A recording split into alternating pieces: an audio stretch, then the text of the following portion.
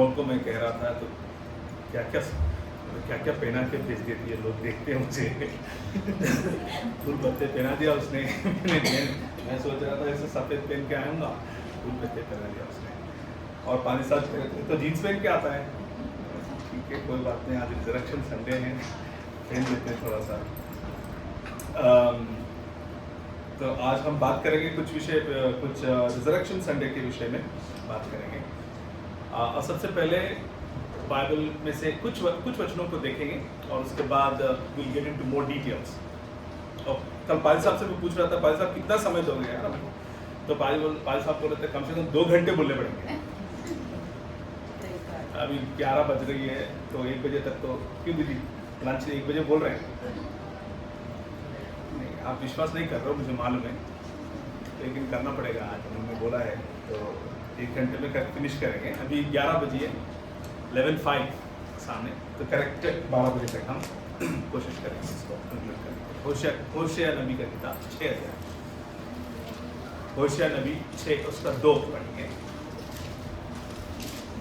2 दिन के बाद वह हमको जिलाएगा और तीसरे दिन वह हमको उठाकर खड़ा करेगा, तब हम उसके सम्मुख जीवित रहेंगे। ये इस्राएलियों के द्वारा या इस्राएलियों की प्रार्थना है, तीसरे दिन हमें उठाकर खड़ा करेगा। ये जो शब्द उठाकर खड़ा करेगा, उस शब्द को आप अंडरलाइन कीजिए। रिजरेक्शन का मतलब वही है, फिर से उठाना, उसी को कहते हैं रिजरेक्शन, फिर से खड़ा करना। यही किताब 13वें अध्याय में देखिए, होशिया नबी का किताब चैप्टर 13 वर्स 14, मैं उसको अधोलोक के वश से छुड़ाऊंगा या छुड़ा लूंगा और मृत्यु से उसको छुटकारा दूंगा। हे मृत्यु, तेरी मारने की शक्ति कहाँ रही? हे अधोलोक, तेरी नाश करने की शक्ति कहाँ रही? मैं फिर कभी नहीं पछताऊंगा। इन दोनों बेस वचनों को बेस में बनाकर हम बाकी चीजों को समझने की कोशिश करेंगे। इस्राएल की प्रार्थना यह है कि यहोवा ने हमें मारा है और वही हमें चंगा करे। इस्राएल की प्रार्थना यह है कि यहोवा हमें तीसरे दिन फिर से खड़ा करेगा। क्यों ऐसी प्रार्थना की जा रही है और क्यों इस प्रार्थना का क्या सॉल्यूशन परमेश्वर ने दिया है, इस प्रार्थना का उत्तर परमेश्वर ने कैसे दिया है, इस बात को हम समझने की कोशिश करेंगे। और उससे पहले होशिया नबी की किताब में 13वें अध्याय में से जो हमने पढ़ा था अभी तक, उससे नए नियम में पौलुस किस तरह से इस्तेमाल करता है, या पौलुस जो सचमुच में अधिक पढ़ा लिखा, बाकी चेलों के कंपैरिजन में ज़्यादा पढ़ा लिखा और ज़्यादा रिसर्च किया हुआ एक फिलोसोफर, एक पॉलिटिशियन, पॉलिटिकल कमेंटेटर, एक बहुत ही अच्छा धर्मशास्त्र को समझने वाला या पवित्र शास्त्र को समझने वाला, रोमियो के लॉ को समझने वाला, धर्म और यहूदियों के लॉ को समझने वाला था। उनका वो जब किताब लिखते हैं, वे जब अलग अलग पत्रियाँ लिखते हैं, वो किस तरह से इस होशिया नबी की किताब में से जो 13वें अध्याय को पढ़ा था, उसको उन्होंने कैसे इस्तेमाल किया। 15वां अध्याय, पहला कुरिन्थी का 15 और उसका 18 से लेकर 28 तक अगर हम देखते हैं, कोई पढ़ दीजिए 18 से लेकर के 28 तक। पहला कुरिन्थी। जो मसीह में सो गए हैं वे भी नष्ट हुए। यदि हम केवल इसी जीवन में मसीह से आशा रखते हैं तो हम सब मनुष्यों से अधिक अभागे हैं, परंतु सचमुच मसीह मुर्दों में से जी उठा है और जो सो गए हैं उनमें वह पहला फल है। क्योंकि जब मनुष्यों के द्वारा मृत्यु आई तो मनुष्य ही के द्वारा मरे हुओं का पुनरुत्थान भी आया। और जैसे आदम में सब मरते हैं वैसे ही मसीह में सब जिलाए जाएंगे, परंतु हर एक अपनी अपनी बारी से पहला फल मसीह, फिर मसीह के आने पर उसके लिए, इसके बाद अंत होगा। उस समय वह सारी प्रधानताएं और सारा अधिकार और सामर्थ का अंत करके राज्य को परमेश्वर पिता के हाथ में सौंप देगा, क्योंकि जब तक वह अपने बैरियों को अपने पांव तले ना ले आए तब तक उसका राज्य करना अवश्य है। सबसे अंतिम बैरी जो नष्ट किया जाएगा वो है मृत्यु है, क्योंकि परमेश्वर ने सबको उसके पांव तले कर दिया। परंतु जब वह कहता है कि सब कुछ उसके अधीन कर दिया गया है, तो प्रत्यक्ष है कि उसने सब कुछ उसके अधीन कर दिया। वह आप अलग रहा, और जब सब कुछ उसके अधीन हो जाएगा तो पुत्र भी उसके अधीन हो जाएगा, जिसने बस ये जो पैसेज हमें देखने के लिए मिलता है, इस पैसेज में भी बहुत अच्छी तरह से पौलुस ये समझा रहा है कि मृत्यु जो हमारी सबसे ताकतवर और सबसे बड़ी या सबसे मजबूत हमारा जो विरोधी है, उस विरोधी को हमेशा के लिए हरा देगा। वो पुनरुत्थान का एकमात्र लक्ष्य है। एक मनुष्य के कारण सारे मनुष्यों के अंदर पाप करने की क्षमता या परमेश्वर से बैर रखने की क्षमता या परमेश्वर को नकारने की क्षमता आई है। लेकिन वो क्षमता जब हम इस्तेमाल करते हैं और हमारे अंदर एक नेचर के अनुसार हमारे नेचर में जब वो बदल जाता है, तो धीरे धीरे हम हमारे हृदय को कैलसनेस या कहना चाहिए पत्थर जैसा बना लेते हैं और परमेश्वर की आवाज़ को, परमेश्वर की सीख को हम समझना पसंद नहीं करते।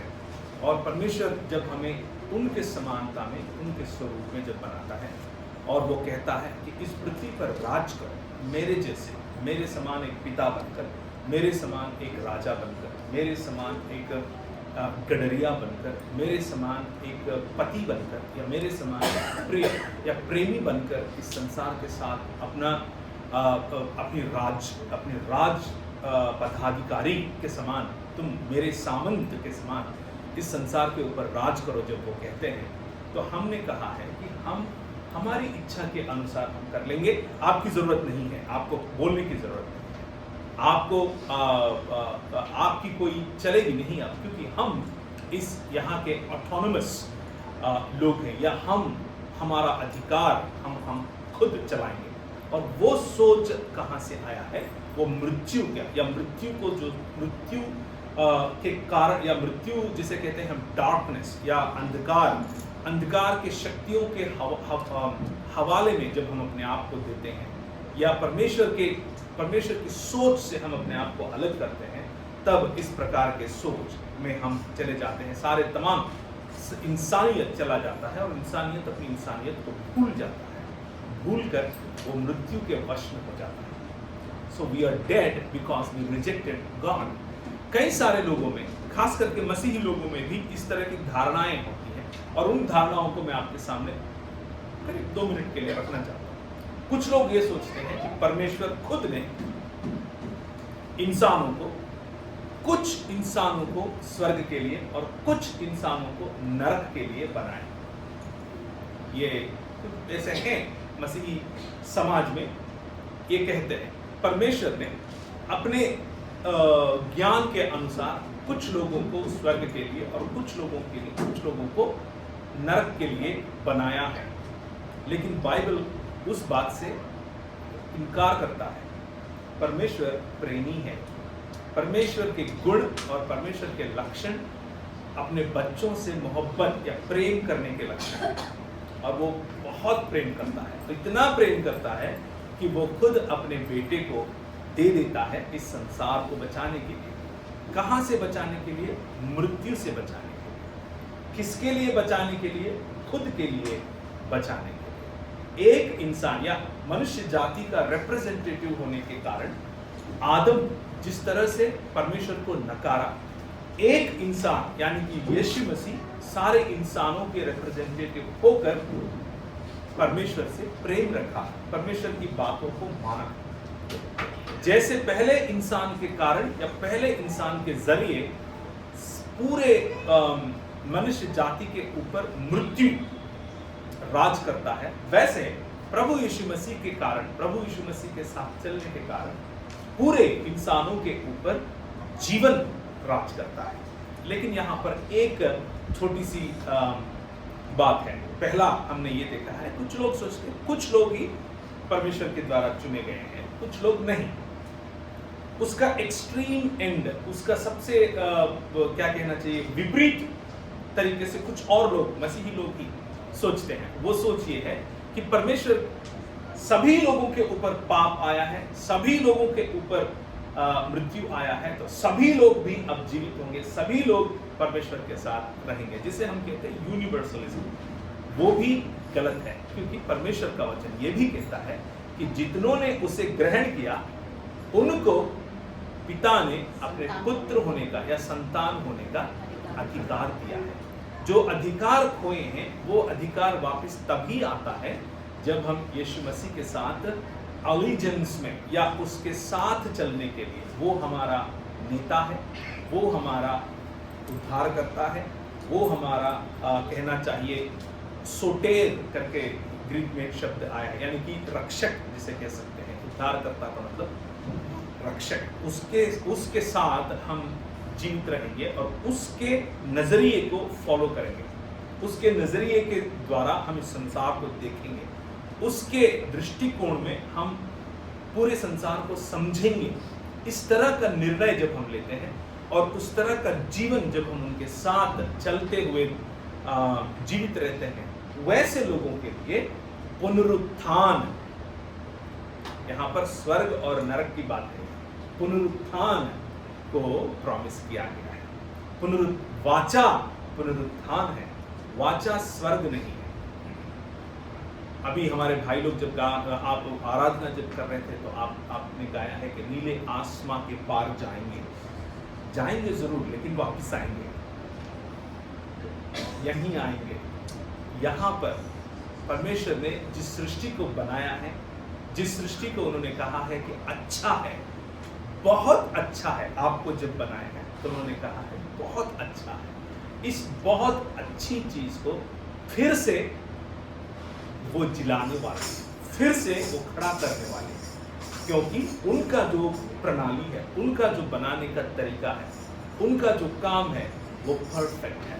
इसलिए ना कुछ लोगों के लिए कुछ बना है, ना सबके लिए कुछ बना है, लेकिन उनके लिए जो मसीह यीशु के समान सचमुच इंसान बनते हैं, सही मायनों में इंसान बनते हैं। देखिए, फिर से मैं दोहराने की कोशिश करूं यहाँ पर, जैसे हर बार मैं जब इंदौर आता हूं तो आपके सामने यही बात कहता हूं, लेकिन फिर से एक और बार कहने दीजिए, धार्मिक होने का नहीं, धर्म का अनुसरण करने के कारण नहीं, लेकिन इंसान बनने के कारण हम पुनरुत्थान को पाते हैं। फिर से खड़ा तब होते हैं जब हम सही मायनों में इंसान बनते हैं। सो मसीही जीवन एक धार्मिक जीवन या भजन का जीवन नहीं है, या पुनरुत्थान हमें भजन और धर्म में जीना नहीं सिखाता। पुनरुत्थान हमें सही मायनों में मृत्यु के ऊपर जय पाया हुआ इंसान को दर्शाता है और आपको स्वागत करता है, आप भी आइए इस जीवन शैली के अंदर जहां आप मृत्यु के ऊपर जय पाओगे। मृत्यु से पहले हमें हमारे या मृत्यु के ऊपर जयवंत होने से पहले हमारे सामने एक बहुत बड़ा एक चुनौती है, और वो चुनौती है क्रूस।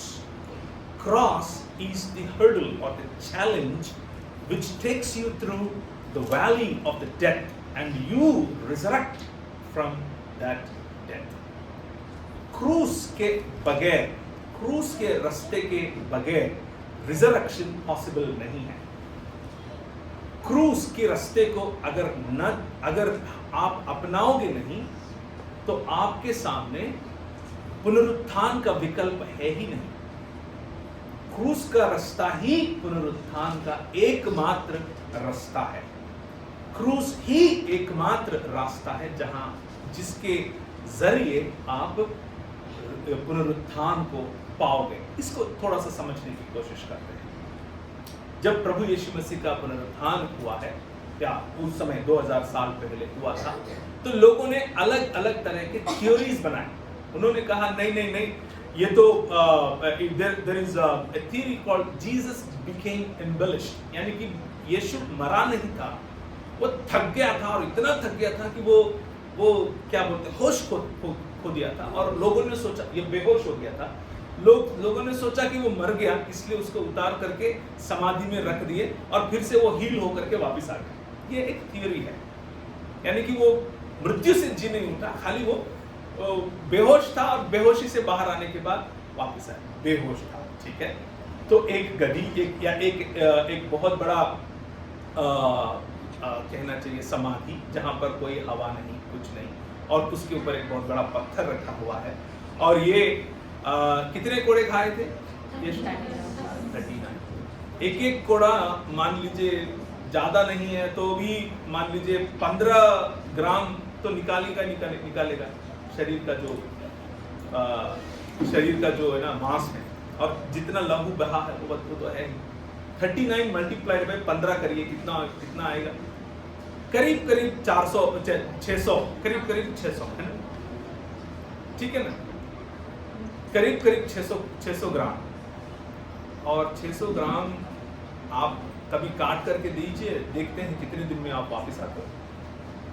और वो भी एक जगह नहीं, वो कहा गया है जैसे कोई हल चलाता है किसान, वैसे उसका जो पीठ है वो हल चलाया हुआ जैसा दिख रहा है। और जब वो कोड़े पड़ते हैं तो खाली पीठ में ही नहीं, यहाँ से लेकर के खींचता है पूरा, वैसा मांस जब निकलता है और वैसा जब खून बहता है तो बेहोश होना। कितने किलोमीटर चलने के बाद गोलगता तक, और कितना भारी क्रूज उठा करके चलने के बाद, और वहां जाने के बाद वो लटकते रहे। सांस लेने के लिए तकलीफ, सांस लेने के लिए पाँव के ऊपर जोर देना पड़ता है। पाँव के ऊपर जोर देते समय, पाँव के ऊपर जोर देने शरीर नहीं देता है, क्योंकि वहां पर ऑलरेडी कील ठुका हुआ है। हाथों के बल लेने की कोशिश अगर करें तो हाथों में भी कील ठुका हुआ है। और आसपास के पक्षी, आसपास के जैसे चील वगैरह हैं, जो इस शरीर को देखकर जो खून से लथपथ है, अट्रैक्टेड हैं और उसके पास आने की कोशिश करेंगे। जो जनरली क्या होता है, जो क्रूज पर लटकता है वो इंसान 2 या 3 दिन ऐसे लटका हुआ रहता है, और जिंदा ये पक्षी, खास करके चील वगैरह, जिंदा रहते हुए उसके आंख नोच के खाते हैं। भयंकर मृत्यु है। और वहां पर बिना पानी के यहाँ साइड में एक बहुत बड़ी क्या छुरी या भाला, उसे मार दिया जाता है, और पानी और खून दोनों बहते हैं। जो साइन है कि आपके हृदय या आपके जो हार्ट है उसके आसपास में जितना लेयर है वो छिद गया, जिसके कारण पानी और खून बाहर आया। इतना होने के बाद खाली बेहोश होता है आदमी, और ठीक है बेहोश हो गया, और 3 दिन में वो ठीक भी हो गया। 3 दिन में वो ठीक होने के बाद इतना बड़ा जो पत्थर, 3-4 लोग मिलकर के, या है ना, इतना बड़ा पत्थर उसको हटा करके बाहर आ भी गया। उससे अच्छा पुनरुत्थान को विश्वास करना ठीक है। इतना तो होगा नहीं किसी से, ये बेहतर है। अलग अलग स्टोरीज लोगों ने जो बनाए, और दूसरा स्टोरी ये बनाया लोगों ने, नहीं, ये जो मर गया, ये जो यीशु था वो यीशु नहीं था, यीशु का कोई जुड़वा भाई था जो उसी के जैसा ठीक दिखता, उसको लगा करके मार दिए गए। लेकिन हमारे पास जितना सोर्स मटेरियल है, वहां कहीं पे भी यीशु का जुड़वा भाई होने का कोई तर्क या कोई सबूत नहीं है, तो खाली मनगढ़ंत कहानी है। तीसरा, लोग ये कहते हैं कि जो सुबह समाधि के पास ये लोग गए हैं, वो लोग एक्चुअली में गलत समाधि के पास चले गए। जैसे हम जाते हैं कब्रिस्तान में, बहुत सारे कब्र है, बहुत सारे कब्र। एक यहाँ पर प्रवीण करके किसी का कब्र है, उसके बगल में किसी और का, उसके बगल प्रवीण के कब्र की जगह वो किसी और प्रवीण के कब्र के पास चले गए। ये सब कहने की कोशिश करते हैं, लेकिन ऐसा नहीं है। अगर आप में से कोई इजराइल का ट्रिप अगर लिए हैं तो आप समझते हैं कि वो कोई ऐसा कहना चाहिए मसीही कब्रिस्तान नहीं था। वो अरिमथियास का जो बहुत ही धनवान था, उसने अपने घराने के लिए अलग तरीके से एक कब्रिस्तान बना करके रखा था, जहां पर उसके लोगों को रखने के लिए उसने बना कर रखी थी। इसलिए उसको जैसे मान लीजिए हम भोपाल से इंदौर आ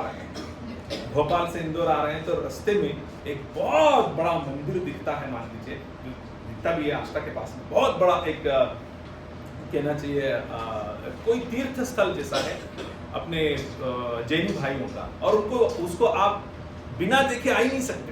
उसको देख के ये नहीं कह सकते आपकी वो चर्च था,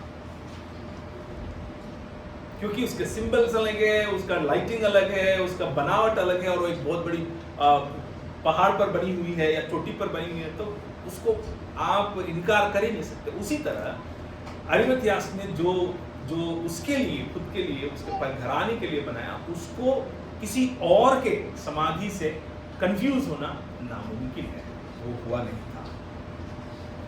और कुछ लोगों ने ये कहा, या कुरान में ऐसा लिखा हुआ है कि वमा कतलुहु वमा सलम, उसको ना मारा गया है और ना उसको सूली पर चढ़ाया गया है। वमा कतलुहु यकीना, सही मायनों में वो यकीन से कहते हैं कि वो मरा ही नहीं, ठीक है ना। पुनरुत्थान को नकारने के लिए दुनिया में जिस तरह की बातें आती हैं, जिस तरह की थियरीज आए हैं, वो आपके सामने रख रहा हूं पुनरुत्थान को नकारने के लिए, क्योंकि शैतान या क्योंकि इस संसार का जो मालिक है वो चाहता नहीं कि आप विश्वास करें कि पुनरुत्थान भी कोई चीज होती है ना। तो हमारे मुसलमान भाइयों से बहुत बार बातें हुई हैं, और उसके बाद उनसे हमने पूछा कि तो फिर क्या हुआ भाई, रूस में क्या हुआ? तो उन्होंने कहा कि अल्लाह ने उनको वहां से उठा लिया और किसी दूसरे को रख दिया। मैंने कहा क्या बात, तो किसी ने देखा ही नहीं, ऐसा कैसा हुआ, कोई देखा ही नहीं। इतने सारे लोग, हजारों लोग वहां पर थे, कुछ लोग तो रो रहे थे, कुछ लोग देख रहे थे, और जो रोमी शासन के बहुत ही दमदार या बहुत ही कहना चाहिए खूंखार लोग वहां पर खड़े हुए थे, वो सब क्या कर रहे थे? तो जवाब नहीं था उनके पास। फिर एक और थियरी वो ये है कि शिष्य, जो 12 शिष्य चेले थे, वो लोग रात में आकर के ये शरीर को गायब कर लिए। बाइबल में ही लिखा हुआ है कि लोग जो फरीसी वगैरह थे, शास्त्री वगैरह थे, वो लोग जाकर के रोमी शासन के साथ अर्जी लगाते हैं कि कहते हैं कि ये जो झूठा है, ये कह रहा था हमको कि ये मरने के बाद तीसरे दिन जी उठेगा, इसलिए ये लोग पैसे लेकर के वहां पर जो समाधि के पास आप जो सिक्योरिटी गार्ड्स लगाओगे उनका नंबर बढ़ाओ और वो लोग देखते रहना चाहिए। और रोमी लोग ऐसे ही नहीं करते, बहुत ही अनुशासन के साथ, और बहुत ही जैसे इंडियन आर्मी के लोग जिस तरह से अनुशासन के साथ रहते हैं, ऑब्वियसली वो लोग उतने ही अनुशासन के साथ वहां पर रहते हैं। ऐसे कुछ लोग जैसे कहानी बताते हैं, वो जैसे कोई बीट कांस्टेबल करके रात को ऐसा जागते रहो करके घूम रहा है, ऐसा नहीं था वहां पे। कई सारे लोग हाथ में क्या कहना चाहिए वेपन्स लेकर के खड़े हुए हैं, और उस पत्थर को रात को ये 12 क्या बोलते मछुआरे आकर के उसको हटा भी दिए, इन सबको भगा भी दिया, और वहां से शरीर को लेकर के चले भी गए। ये नामुमकिन है, ये ऐसा होता है। इसलिए बहुत सारे थियरीज आए, कोई थियरी खड़ा नहीं हुआ। एक ही थियरी या एक ही वास्तविकता आज तक खड़ा है, और वो है पुनरुत्थान। जैसे प्रभु यीशु मसीह ने प्रॉमिस किया था, वैसे ही on the day of Easter, on the first day of एक हफ्ता या सप्ताह की पहले दिन वो जी उठा। इस बात को समझने के लिए आपको बाइबल की पृष्ठभूमि को समझना जरूरी है। Why on the first day? पहला दिन क्यों? प्रभु यीशु या परमेश्वर ने इस सृष्टि की रचना 6 दिन में की थी। बाइबल कहता है कि आदि में परमेश्वर आकाश और पृथ्वी को बनाया, फिर उसके बाद एक के बाद एक उस आकाश और पृथ्वी यानी कि the heavens and the earth, आकाश और पृथ्वी जो साथ रहने के लिए और इंटरलॉकिंग में यानी कि साथ जुड़कर रहने के लिए जिसको परमेश्वर ने बनाया, वो एक मंदिर के समान है, वो एक टेम्पल या वो एक घर आलय के समान है, जिसमें परमेश्वर उस टेम्पल में, उस आलय में मनुष्य को अपने स्वरूप और अपने समानता में बनाकर वहां पर प्रतिबिंब, जिसे कहते हैं मूर्ति भी कह सकते हैं। मुझे मालूम है आप लोग, आपका दिमाग अब दौड़ेगा, ये क्या बोल रहा है, ये कहां से ले आ रहा है। This is how the Bible is written.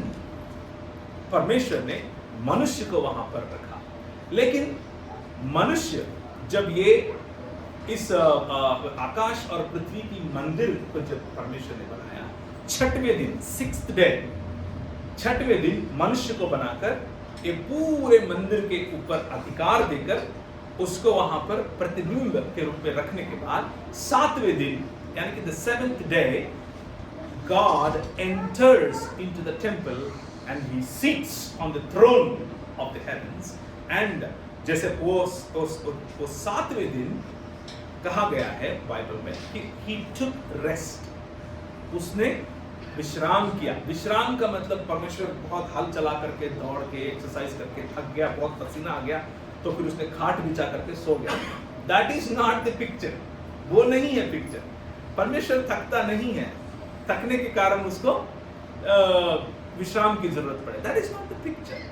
The picture is, rest का पिक्चर ये है कि उस आलय में, उस मंदिर में, उस भवन में जो परमेश्वर ने बनाया, परमेश्वर खुद उसमें आकर के बैठा, he seated, और वो बैठा जिसे कहते हैं कि आकाश उसका सिंहासन है और पृथ्वी उसका क्या है, पैरों की। So he is the one that connects both heavens and the earth. आकाश और पृथ्वी को मिलाने वाला कोई और नहीं वरन खुद परमेश्वर है। He is the one that brings both worlds together. इन दोनों यानी कि आकाश जो परमेश्वर का स्थान है और पृथ्वी जो मनुष्यों को दिया हुआ है। 115 सॉन्ग्स यानी कि खोलने की जरूरत नहीं, बहुत बार आपने पढ़ा होगा इसमें। भजन का 115 और उसका 16 में लिखा हुआ है कि आकाश तो परमेश्वर का है और पृथ्वी उसने मनुष्यों को दी है। तो इन दोनों जगहों को जोड़ने के लिए खुद परमेश्वर सिंहासन में बैठता है और पृथ्वी को अपने पांव की तरफ रखता है। ये हुआ है 7वें दिन, that is the 7th day. And अब यूहन्ना जब ये इस कहानी को लिखता है कि तो आदि में वचन था करके शुरू करता है और 7वें दिन में आकर के वो यानी कि 6वें दिन में आता है।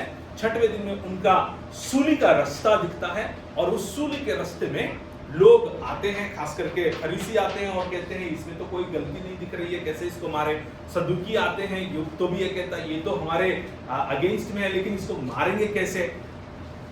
और प्रधान क्या कहते हैं, याजक आता है, उसके सामने वो कहता है कि क्या तुमने कहा कि तुम मसीह हो। ये कहते हैं हाँ मैं मसीह हूँ। तो वो अपने कपड़े फाड़ने लगता है और बोलता है, ये बोलते हैं उनसे कि भैया तुम कपड़े क्यों फाड़ रहा है, तुम इस मनुष्य के पुत्र को आसमान में से उतरते हुए देखोगे, तुम कहाँ पर, मेघों के ऊपर बैठकर आते हुए देखोगे तुम, और सर्वशक्तिमान के राइट हैंड में बैठना तुम देखोगे। तो वो समझ नहीं पाया ये, हाउ कैन यू से दिस, कैसे कह सकता है, क्योंकि वो धर्म में था और मसीह यीशु इंसान बनना क्या है समझा रहा, और ये धर्म समझ नहीं पाता। धर्म चाहता है कि इंसान दूसरे इंसान के अधीन हो, और इंसानियत या मसीह के इंसानियत कहता है कि हम समान हैं, हम we are all the authorities on the face of the earth representing God and His sovereignty. परमेश्वर की इस सार्वभौमिकता को रिप्रेजेंट करने वाले हम राजा और याजक हैं। इस बात को समझा रहा था, वो समझ नहीं पाया। और 6वें दिन पिलातुस खड़ा होता है और कहता है, लो behold the man, ये लो इंसान आया है, इसके अंदर कोई गलती मैंने देखी नहीं। इंसान इंसान और इंसान, हर जगह एक इंसान जो इस सृष्टि को फिर से पुनरुत्थान करने की एक बहुत बड़ी मूवमेंट या एक बहुत बड़ी क्रांति को लेकर आया है। So the resurrection day is the day of a revolution where God started the first fruits.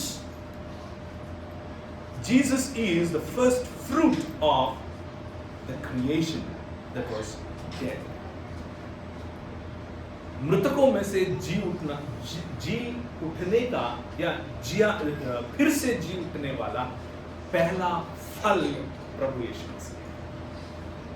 जैसे अगर आप कोई बगीचे में जाते हो, आम का बगीचा हो या कोई भी फ्रूट्स का बगीचा हो, खास करके ऑलिव्स का आप बगीचा में जाओगे तो पहला फल दिखेगा तो किसान खुश हो जाता है, बगीचा को देखने वाला खुश हो जाता है। क्यों?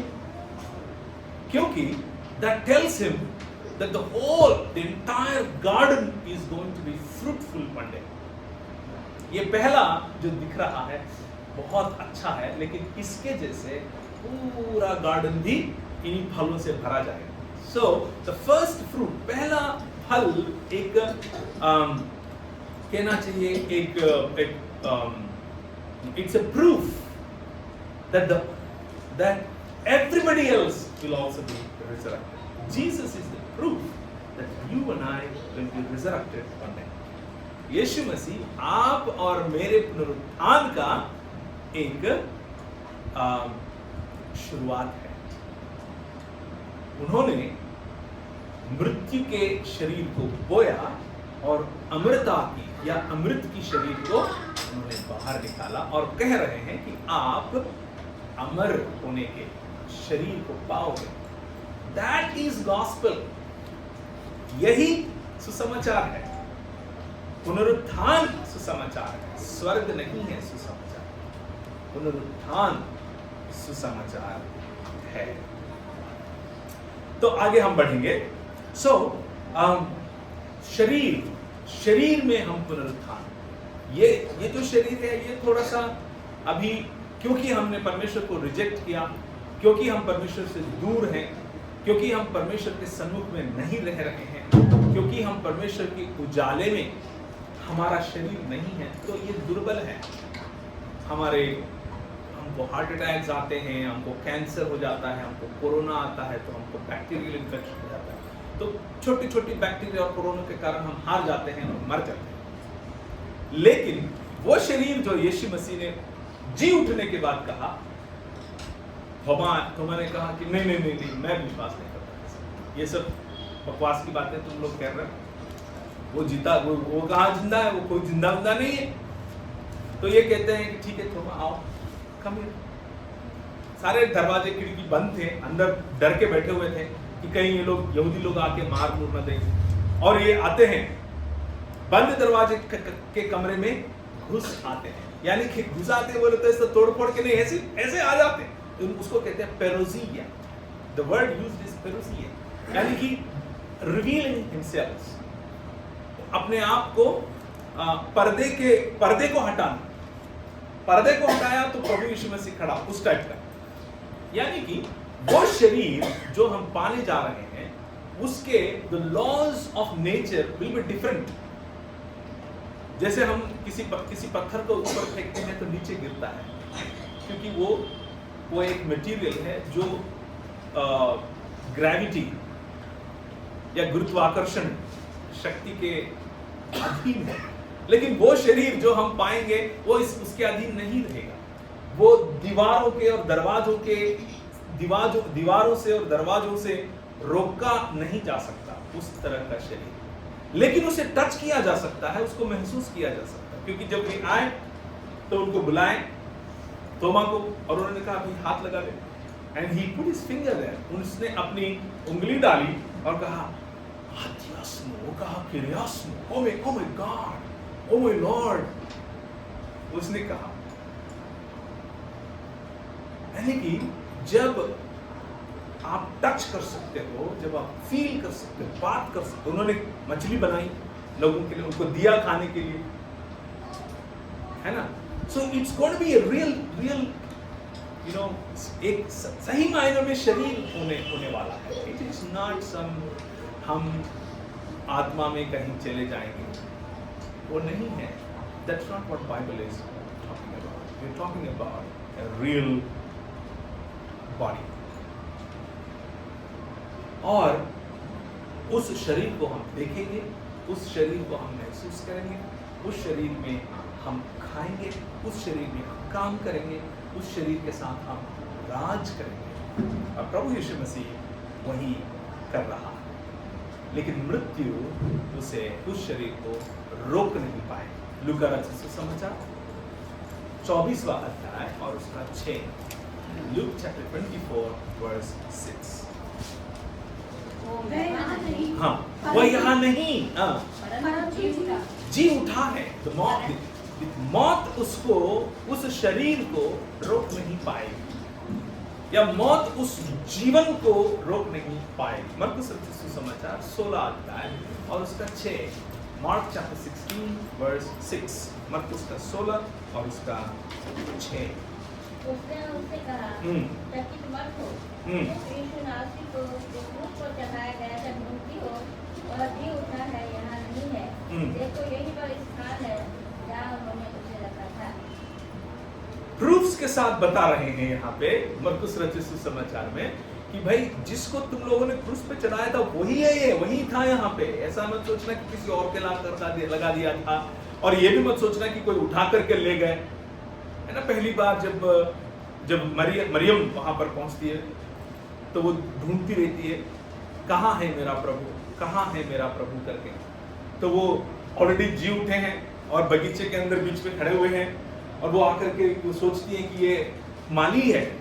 तो माली से पूछने लगती है, शायद माली जी आपने हमारे प्रभु को देखा क्या, उनको यहाँ पर रखा था हमने, यहाँ कोई लेकर के तो ले गया, आप बोलो कहाँ रखे हो, मैं जा करके ले आके वापस रख देती। वो बोल रहे मरिया, and she got like she recognized his voice।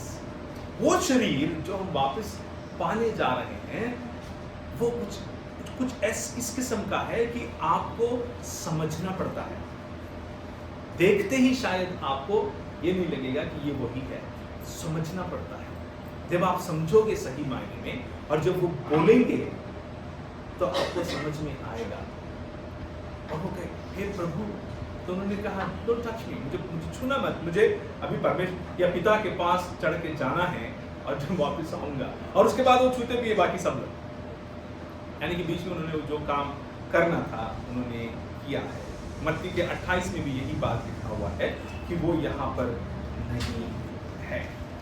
और उन्होंने, जैसे बाकी थियोरीज कह रहे हैं कि कुछ लोगों को सपने में दिखा होगा, हो सकता है वो सपने में दिखा हो, तो लोग ऐसे भ्रमित होकर के बोल रहे हो कि भाई आ गया है, यहाँ पर मगदलीनी मरिया देख रही है, छू रही है, यहाँ पर थोमा देख रहा है, छू रहा। बस इतना ही नहीं है। पहला कुरिन्थी निकाल लीजिए, पहला कुरिन्थी उसका 15 3 से लेकर 4। पहला कुरिन्थी उसका 15 3 से लेकर 4। मेरे बचपन में मैंने एक ऐसा सुना था, जब लोग ये कह रहे थे कि यीशु मसीह जी उठा है, जी उठा है, तो हमारे दोस्तों में से एक ये भी कह रहे थे, हम शिरडी गए थे, वहाँ पर श्री साईं बाबा जी भी वहाँ पर, उनका भी समाधि हुआ था, और वो भी जी उठे हैं, समाधि से बाहर आए। उन्होंने कहा था हमसे, हमने उसे बहुत हमको समझ में नहीं आया, तो हमने पूछा उनसे कि ऐसा कोई एविडेंस है जहाँ लोगों ने उनको देखा हो, 1 नहीं 2 नहीं 4 नहीं, कई सारे लोग देखा हो। नहीं, किताबों में लिखी, ठीक है, एविडेंस है। पहला कुरिन्थी 15 का 3 से 4। इसी कारण मैंने सबसे पहले तुम्हें वही बात पहुंचा दी जो मुझे पहुंची थी, कि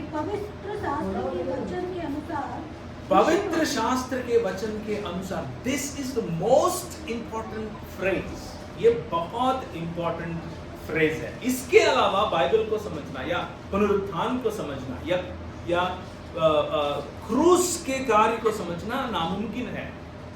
नहीं तो उसमें हमारे मनगढ़ंत कहानियों को ले आकर के क्रूस के ऊपर और पुनरुत्थान के ऊपर लगा करके स्वर्ग में, नरक में, कहीं और चले जाते हैं। हम वो नहीं है। पवित्र शास्त्र के अनुसार, that is the most important point. It is according to the scriptures, जैसे पहले से बताया जा रहा है जैसे पे उसके बाद बताया गया, जैसे नबियों के द्वारा बताया गया, जैसे नबियों के समय के बाद जो 450 साल का समय बीत गया, उसमें जहां पर नोबीत लोग आए, तोबीत लोग आए, मकबीज आए, बहुत सारे लोग वहां पर काम किए, बहुत सारे लड़ाइयां हुई, ये सब देखने के बाद अब आपको इस निचोड़ पर पहुंचना पड़ेगा कि परमेश्वर ने जो वाचा बांधी है उसको उन्होंने पूरा किया है। पढ़िए। वचन के अनुसार यीशु मसीह हमारे पापों के लिए यीशु मसीह हमारे पापों के लिए मर गया और गाड़ा गया और पवित्र शास्त्र के अनुसार तीसरे दिन जी उठा। उसके बाद और केफा को केफा का मतलब है पत्रस, यानी कि जो स्टोन जिसे कहते हैं, पत्थर कहते हैं, उनका एक कहना चाहिए निकनेम है पत्थर। केफा उनका ओरिजिनल नेम है। पढ़िए। केफा को सिमोन उनका ओरिजिनल नेम है। केफा और पत्थर दोनों एक ही चीज। पढ़िए। तब 12 को दिखाई दिया, फिर वह 500 से अधिक भाइयों को एक साथ दिखाई दिया। एक साथ 500 लोगों को। कुछ एक और थ्योरी ऐसा लोग कहते हैं कि उनको हो सकता है हैलुसिनेशन हुआ। हैलुसिनेशन मतलब भ्रम, है ना। क्योंकि आप मेरे लोग हो, अपने मेरा ही परिवार है, तो मैं आपके सामने मैं कह देता हूँ, ये बात कोई गलत नहीं, मैं भी आपके जैसा हूँ। मेरे को बहुत हैलुसिनेशंस हुए थे हमारी अनुपांटी के जाने के बाद। मुझे बहुत हैलुसिनेशंस हुए। ऐसा लग रहा था कि मैं जब अकेले गाड़ी चलाने जाता हूँ तो मेरे बगल में बैठ के बात कर रही है, ऐसा मुझे लगता था। मैं परेशान हो जाता था। मैं जा करके किसी कहना चाहिए साइकोलॉजिस्ट से मिला, एक्चुअली में मिला, और मैं जानता हूँ वो सिचुएशन क्या होता है। बहुत ही ज़्यादा शॉक जिसे कहते हैं। लेकिन यहाँ पर एक व्यक्ति नहीं, 500 लोग एक ही बार में। क्या ये पॉसिबल है? 500 लोगों को एक ही बार हैलुसिनेट करना पॉसिबल है? वो नहीं होता ऐसा। 500 लोगों को एक, उसके बाद और कई सारे लोगों को, और उसके बाद पौलुस को भी हैलुसिनेशन। जो पौलुस जिसने कभी उनके साथ रहा ही नहीं था, जो पौलुस कभी उनके साथ बात नहीं किया था, उनके साथ भी होना। So it's a proof, a written proof. And जो जीवित हैं उस समय जब पौलुस लिख रहा है, अगर वो लोग कहना चाहे कि अरे भाई ये सब क्या मनगढ़ंत कहानी लिख रहा है, हमको तो कभी नहीं दिखा, करके कह सकते थे, लेकिन उन्होंने कहा नहीं। यानी कि पौलुस का जो साक्ष्य है वो साक्ष्य सही है। पौलुस का जो गवाही है वो गवाही सही है, इस बात को दर्शाता है। So what happened is a historical event. वो सही मायनों में एक ऐतिहासिक घटना थी, वो खाली एक मनगढ़ंत कहानी। अब क्या हो रहा है? What is happening now? इस पुनरुत्थान के कारण अब क्या हो रहा है? पहला कुरिन्थी 15 का 52 से लेकर 58। और यह क्षण भर में पलक मारते ही पिछले तुरही फूटते ही होगी, क्योंकि तुम्हारी तुरही फूकी जाएगी और मुर्दे अविनाशी दशा में उठाए जाएंगे। What is happening now और what will happen in the future? अभी क्या हो रहा है और क्या होने वाला है? अभी ये हो रहा है कि आप और मैं, जो मरकी सुसमाचार 16 में जिस तरह से जा करके, क्योंकि मैं जीवित हूँ, क्योंकि मैं जी उठा हूँ, अब मेरे पास अधिकार है। कहाँ पर अधिकार है? पूरे संसार के ऊपर अधिकार है। कल रंग पंचमी मनाई गई थी और उसके पहले होली मनाई गई थी। तो हमारे इतिहास में ऐसा हमें दिखता है, खास करके मसीही कलीसिया के अंदर, भारत में जहाँ जहाँ मसीही कलीसिया थी वहाँ दिसंबर 25 जो है वो ग्रेगोरियन कैलेंडर यानी कि रोमी कैलेंडर के अनुसार एक ही दिन आता है। लेकिन ये जो पुनरुत्थान का दिन है वो पसह के दिन यानी कि पस्का के दिन के अनुसार इसको नंबरिंग किया जाता है। तो पस्का जब हुआ था तब वो लूनार कैलेंडर यानी कि चांद के आधार पर जो कैलेंडर है उसके अनुसार, जैसे हमारे भारत में भी कैलेंडर होता है, वैसे ही हमेशा ये बदलता है डेट, जैसे होली का डेट और जैसे रंग पंचमी का डेट बदलता है। ठीक है ना। तो यहाँ पर यानी कि भारत में कलीसिया के लोगों को कलर्ड वाटर, जिस तरह से लोग गुलाल वगैरह फेंकते हैं, वैसे उस समय पुनरुत्थान के दिन लोग खुशी मनाने के लिए कलर्ड वाटर फेंकते थे। बचपन में किसी को याद है? कई सारे कलीसियाओं में ये प्रथा है, जैसे मेथोडिस्ट चर्च में नहीं हुआ, ठीक है। प्रेस्बिटेरियन चर्चेस में हुआ करता था, मेथोडिस्ट चर्चेस में हुआ करता था, लंदन मिशन सोसाइटी में हुआ करता था, एसपीजी में हुआ करता था, कई सारे मिशन ने इसको अपनाया। ठीक है, मैंने इस बात को ये इसलिए कही है क्योंकि खाली गुलाल फेंकने के लिए, खाली रंग के खुशी को जताने के लिए पुनरुत्थान का काम नहीं है। पुनरुत्थान के कारण अब हमें क्या मिला है? 16 पढ़िए, मरकुस रचित सुसमाचार 16 आखिरी 4 पद, मरकुस का 16 और उसके आखिरी 4 पद।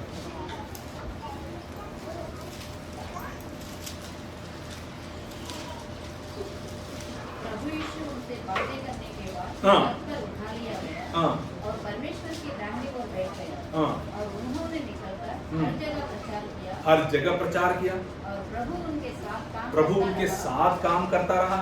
और उन चिन्हों के द्वारा जो साथ साथ होते थे, हाँ। वचन को दृढ़ करता रहा। वो चिन्हों के द्वारा जो साथ साथ जहाँ ये लोग जाकर प्रचार करते थे और परमेश्वर या प्रभु यीशु उनके साथ काम करता था, वचन को क्या करते थे?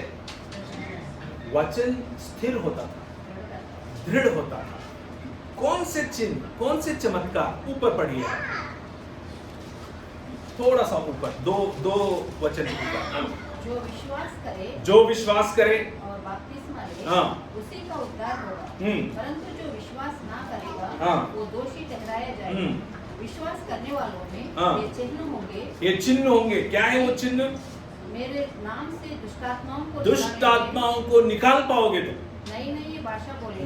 नई भाषाओं को बोलोगे। सांपों को उठा लेंगे। सांपों को उठाओगे।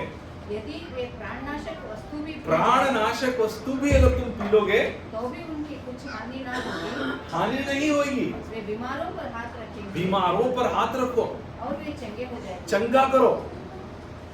This is the calling we have. कई बार खास करके शालोम कलवरी कलीसिया में हम इस बात को भूल जाते हैं। हम सोचते हैं कि ओनली पेंटिकोस्टल लोगों का काम है।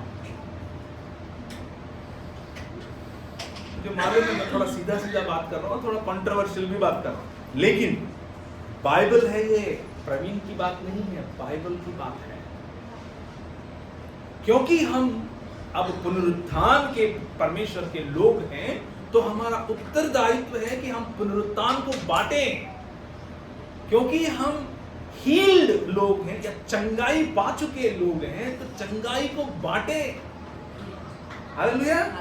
क्योंकि हम परमेश्वर के पवित्र आत्मा के लोग हैं, तो हम पवित्र आत्मा की शक्ति के द्वारा जीवित रहें और चलें। 8वां अध्याय रोमियो का पढ़ दीजिए, रोमियो का 8 उसका 11, शायद 11 पढ़िए। यदि उसी का आत्मा जिसने यीशु को मरे हुओं में से जिलाया तुम में बसा हुआ है, तो जितने मसीह को मरे हुओं में से जिलाया, वह तुम्हारी नश्वर देहों को भी अपनी आत्मा के द्वारा जो तुम में बसा हुआ है जिलाएगा। आत्मा जो आप में बसा हुआ है, जो नाशवान शरीर को भी जिलाएगा। आगे जब हम मर जाएंगे तब भी जिलाएगा। अब हम जब जिंदा हैं, इस समाज में जिंदा हैं, इस देश में जिंदा हैं, वहां पर भी लोगों को जिंदा होने की जरूरत अभी है। आपको वो जीवन को लाना है, आपको कलीसियाओं में जीवन लाना है, आपको शरीरों में चंगाई लाना है, आपको दिमाग में चंगाई लाना है, आपके बातों में शक्ति है। आप बोलोगे ना तो लोग चंगे होते हैं। आप विश्वास करना पड़ता है। आपको विश्वास नहीं कर मैं क्या बोलूंगा, मैं तोतला हूं, जैसे मूसा ने कहा था, मैं क्या कर सकता हूँ, वो तो डॉक्टर कर देगा। वो डॉक्टर भी कर देगा, लेकिन डॉक्टर को भी आप चंगा कर पाओगे। आप में इतनी सामर्थ्य है, आप में इतनी शक्ति है। वो शक्ति आपके सामर्थ्य आपके धर्म के कारण नहीं, लेकिन आप जिस इंसान के लोग हो, जिस इंसान के अनुयायी हो, उसके कारण है, जिसने मौत को मार दिया। भाई मौत को मार दिया इनने और फिर से खड़े हो गए। दैट इज व्हाट पुनरुत्थान इज। एक्ट्स ऑफ अपोस्टल्स, प्रेरितों के काम, उसका एक अध्याय 3 मतलब तीसरी आयत पढ़िए। प्रभु यीशु मसीह जी उठे हैं यहाँ पर और अपने शिष्यों से बात कर रहे हैं। क्या बात कर रहे हैं? उन्होंने ये नहीं कहा कि आप भजन करो, संडे आकर के भजन करो, शाम में आकर के भजन करो, अच्छी साड़ियां पहन के भजन करो, अच्छे बढ़िया जीन्स पहन के फूल पत्तों वाले शर्ट पहन के भजन करो। That is not the calling. वो नहीं है कॉलिंग। वो क्या है कॉलिंग? पढ़िए। दुख उठाने के बाद हाँ, बहुत से पक्के प्रमाणों से, हाँ, बहुत पक्के प्रमाण, उनके वो जो प्रमाण दिखा रहे हैं वो पक्के हैं। वो कह रहे हैं भाई छू लेना यार मुझे, यू टच मी, देख मेरे बाल, देख ये साइड में जो ये भाला मारा ना, देखो इसको, देखो, टच करो। सब चीज प्रमाण दिखा रहा है। मृत्यु को उसने मार दिया है। इस बात को बताने के बाद क्या बोल रहे हैं? अपने आप को उन्हें जीवित दिखाया, हाँ, और 40 दिन तक वो उन्हें दिखाई देता। और ये जो हैलुसिनेशन हम सोच रहे थे ना कि वो एक दिन नहीं दिखा 500 लोगों को, 40 दिन तक दिखाया जा रहा है। 40 दिन तक उनके बीच में बात कर रहे हैं। और वो क्या कर रहे हैं? 40 दिन तक वो उन्हें दिखाई देता रहा। हाँ, और परमेश्वर के राज्य की बातें करता रहा। परमेश्वर के राज्य की। यहाँ पर कई सारे मसीही समाज इस बात को सोचते हैं कि ये स्वर्ग के बारे में सोच रहे हैं। नहीं, ये स्वर्ग नहीं है। परमेश्वर का राज्य यहाँ पर, इस पृथ्वी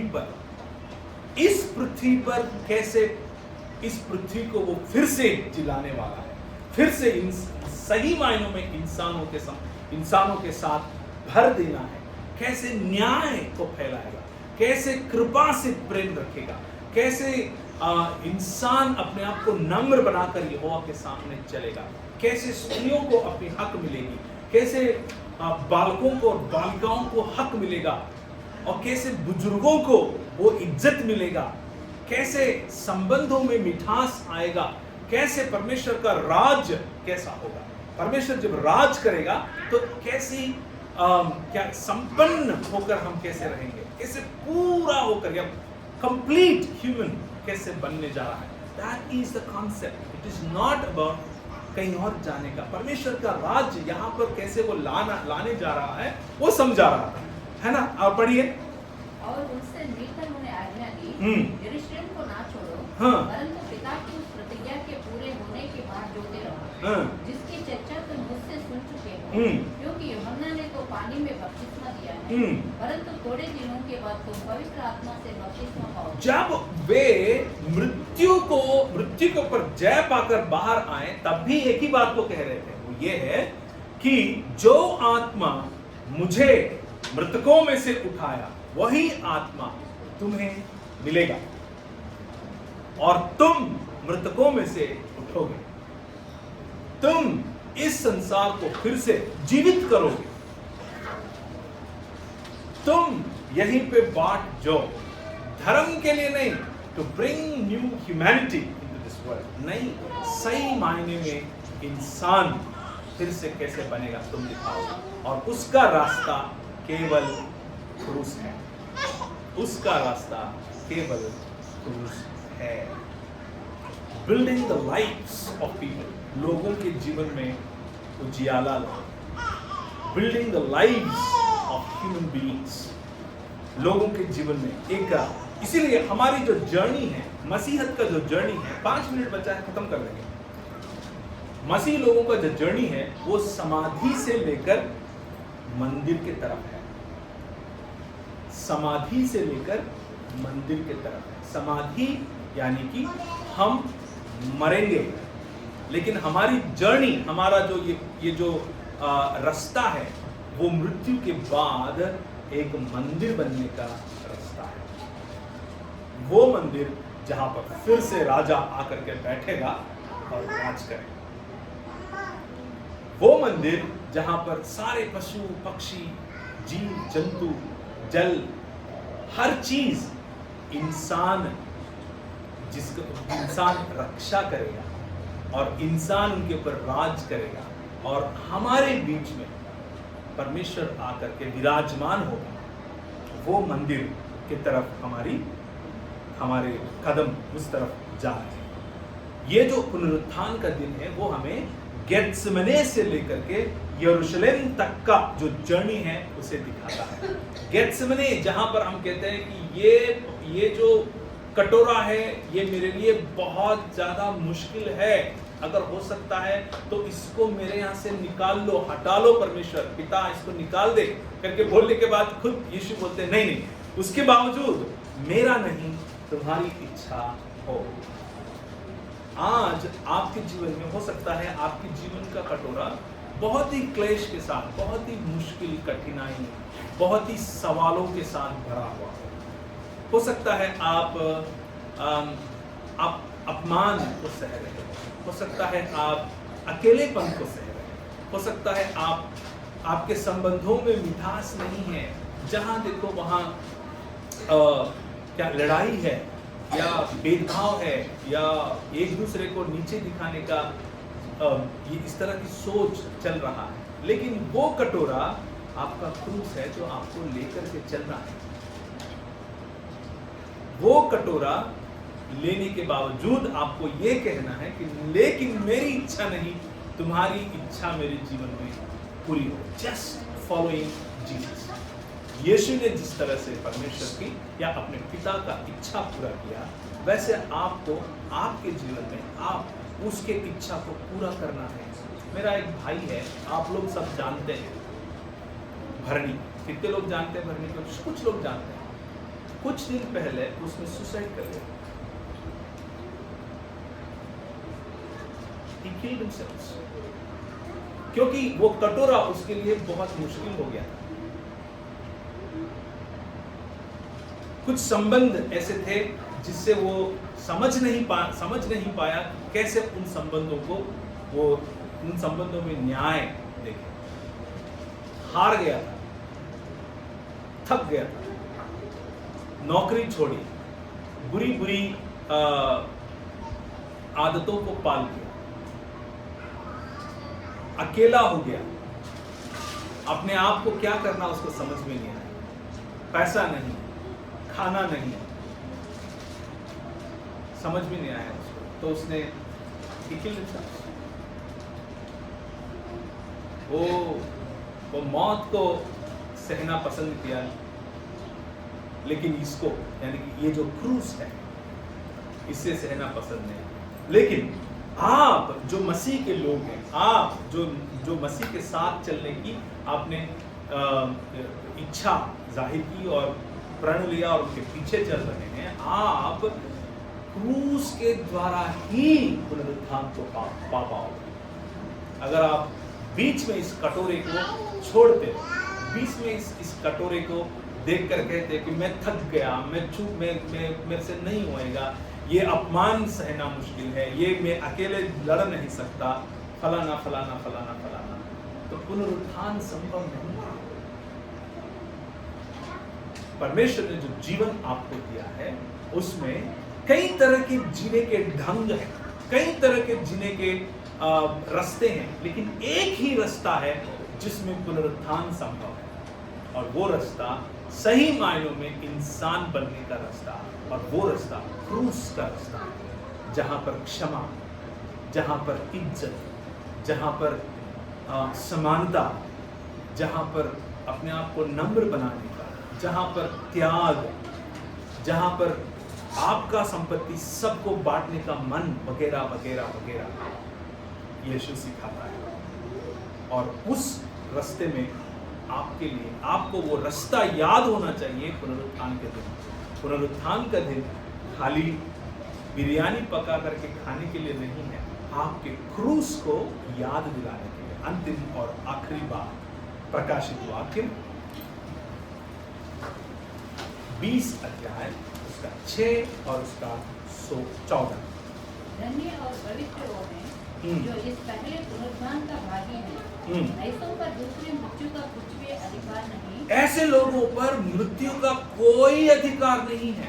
मृत्यु खुद मरेगा, मृत्यु को मार दिया परमेश्वर ने, मृत्यु के अधिकार के जो जो क्या डांक है उसे तोड़ दिया उन्होंने, वो लोग जो अब इस पहले पुनरुत्थान के भागीदार हैं, यानी कि प्रभु यीशु मसीह के अंदर हैं, वो कभी मरेंगे ही नहीं। ये शरीर में हम मरेंगे, लेकिन इस शरीर को वापस हम पाने में जा रहे हैं, वापस हम रिजरेक्ट होने वाले हैं। 14 पर वे परमेश्वर और मसीह के याजक होंगे, हाँ। और उसके साथ 1000 वर्ष तक राज करेंगे। जब 1000 वर्ष पूरे हो चुके। 14 पढ़िए 14। मृत्यु और अधोलोक आग की झील में डाले गए, आग की झील में डाले गए।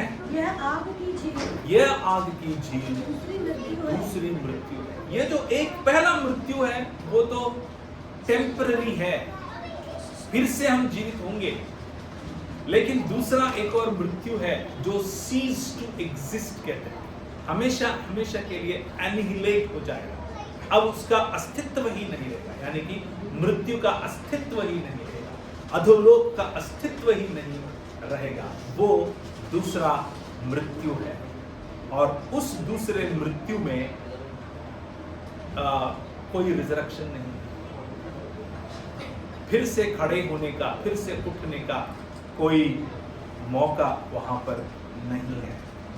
इसलिए इस पहले पुनरुत्थान को आप समझें, और पहले पुनरुत्थान में भागीदार होने के लिए आपका निर्णय, पहले पुनरुत्थान में भागीदार होने के लिए आपका इस पुकार को आप समझने की कोशिश कीजिए। हे मृत्यु तेरी जय कहाँ रही, हे मृत्यु तेरा डंक कहाँ रहा।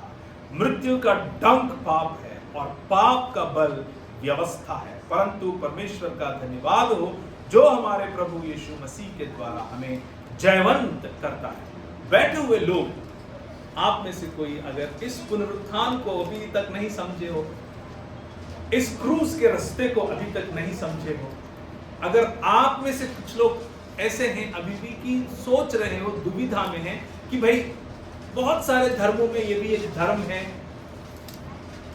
या हमारे पापा इस धर्म में आ गए तो हम भी आ गए हैं, इस तरह की सोच में अगर है तो आपको मैं निमंत्रण देता हूं कि इस पुनरुत्थान को चखने की कोशिश कीजिए। एक बार चखोगे, एक बार इस क्रूस के रास्ते में लगोगे, तो वो आशीष अलग है, वो मृत्यु को हराने वाला आशीष है।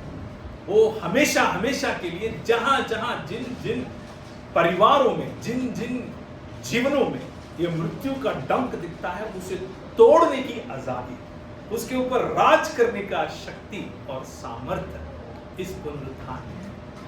पुनरुत्थान के दिन की शुभकामनाएं आप सबको हम प्रार्थना करते हैं। आज के दिन आपके सामने ये जो मेज रखी गई है वो आपको दर्शाता है कि पुनरुत्थान सच है। थियरीज बहुत आ सकते हैं, लेकिन एक ही थ्योरी हमेशा हमेशा के लिए, एक ही वास्तविकता हमेशा हमेशा के लिए कायम है, वो है प्रभु यीशु मसीह जो जीवित हुआ है, सशरीरित सशरीरित जीवित हुआ है, शरीर में जीवित हुआ है। आपके लिए वही प्रॉमिस, वही वाचा वो बांधता है और कहता है कि ये जो मेज आपके सामने दिख रहा है वो मेरे शरीर है जो जीवित हुआ है, जो मृत्यु के ऊपर जय पाया है, और ये जो लहू वो मेरा लहू है जो पाप को धो सकता है, जो क्रूस के रास्ते में है,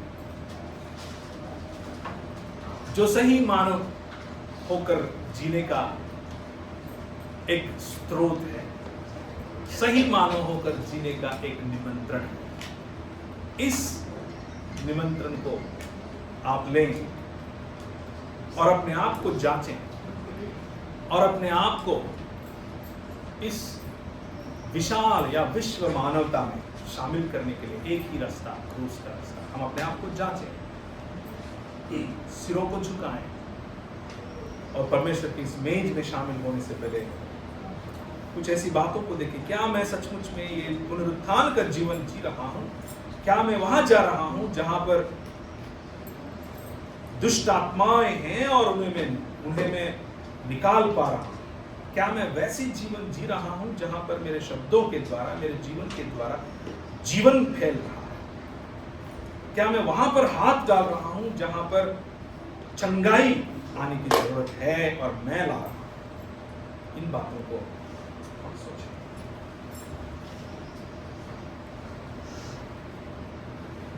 परमेश्वर पिता, हृदय की गहराई से हम आपको धन्यवाद देते हैं इस पवित्र और मधुर वचनों के लिए जो तेरे दास के द्वारा परोसे गए हैं।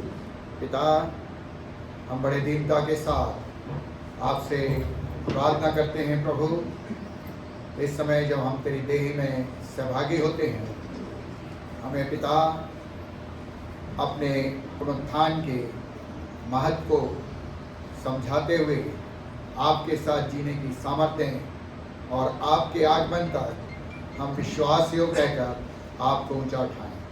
सो प्रभु, आप सहायता करें और अपनी दया हम सबों पर बनाए रखें। धन्यवाद, आपने हमारी प्रार्थना को सुना। यीशु क्रिस्ट के नाम में आमीन।